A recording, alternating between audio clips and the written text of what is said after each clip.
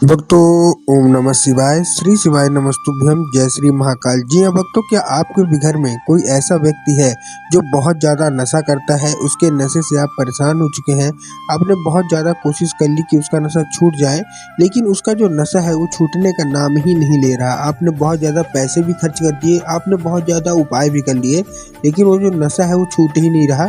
तो ऐसा कौन सा उपाय करें कि उसका जो नशा है वो छूट जाए? आज की इस वीडियो के माध्यम से हम आपको बताने वाले हैं। हम अपने चैनल पर रोज नए नए उपाय अपलोड करते हैं जो कि पूज्य गुरु प्रदीप मिश्रा के ही बताए हुए होते हैं, तो आप उसको पूरा सुना करिए, अच्छे से करा करिए। पूज्य गुरुदेव की जो कथा चल रही है, श्री विट्ठल शिव महापुराण कथा, उसी से उपाय निकल के आए हैं। एक दो उपाय बताऊंगा और एक दो उपाय पुराने भी बताऊंगा। नशा मुक्ति के लिए बहुत बड़ा उपाय लेके आया हूँ।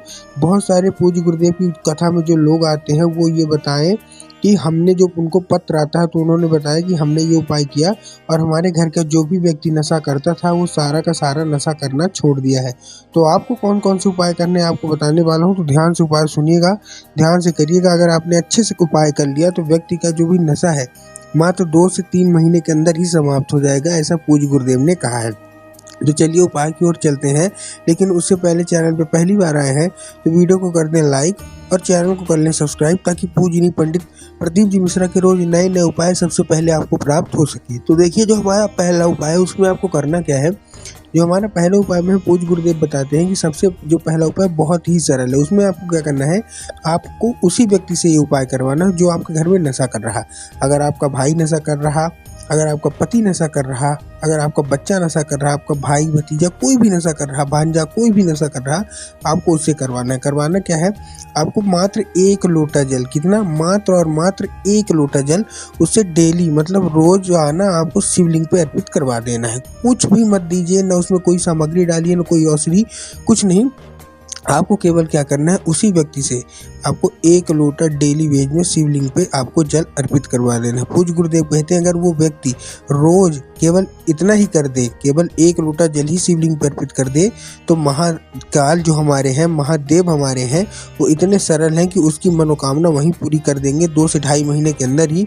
और उसका जो भी नशा है, जो भी उसके अंदर दुर्गुण है, वो सारा का सारा महादेव समाप्त कर देंगे। तो ये उपाय आप उससे करवा दीजिए। लेकिन आपको भी पता है कि जो लोग नशा करते हैं उनका जो मन है वो पूजा पाठ में नहीं लगता, बाकी सब चीज़ों में तो लगता है लेकिन पूजा पाठ में नहीं लगता। तो उनका मन जो पूजा पाठ में कैसे लगवाए उनके होगा।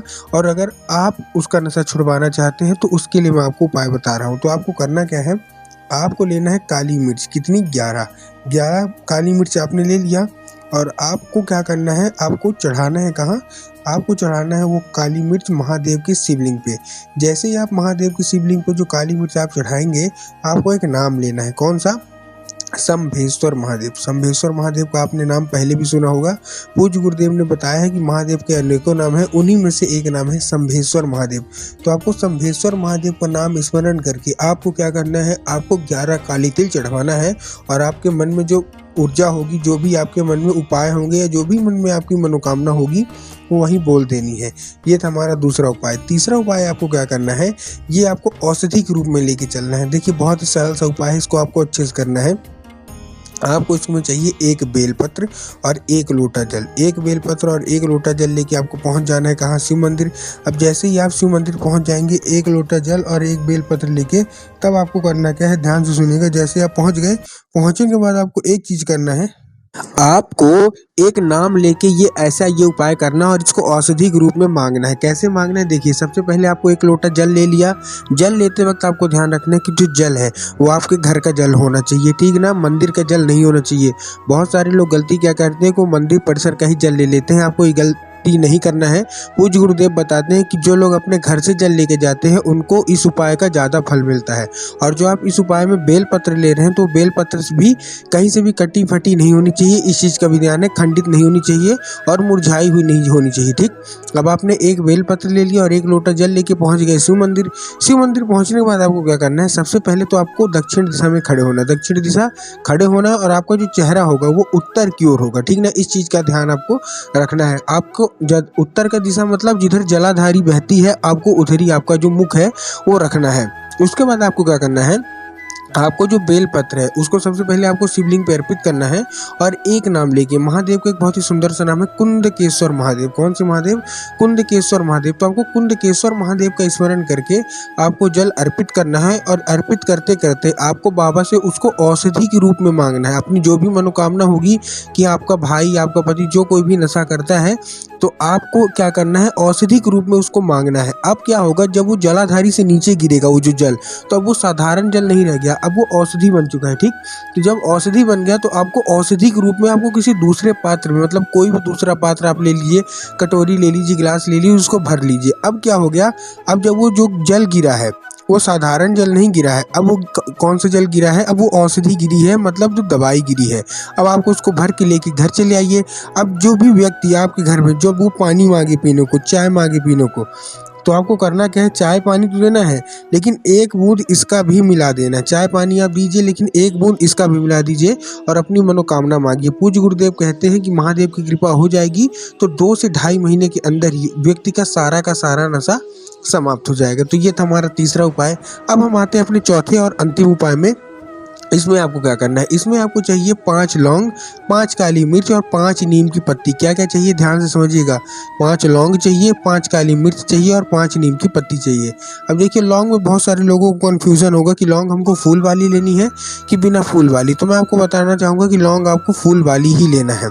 अब इसको क्या करना है, इसको आपको तीनों को पानी में उबालना है। क्या करना है, पानी में उबालना है। किसका नाम लेके? हनुमान जी के भाई गतिमान का नाम लेके पानी में उबालिए।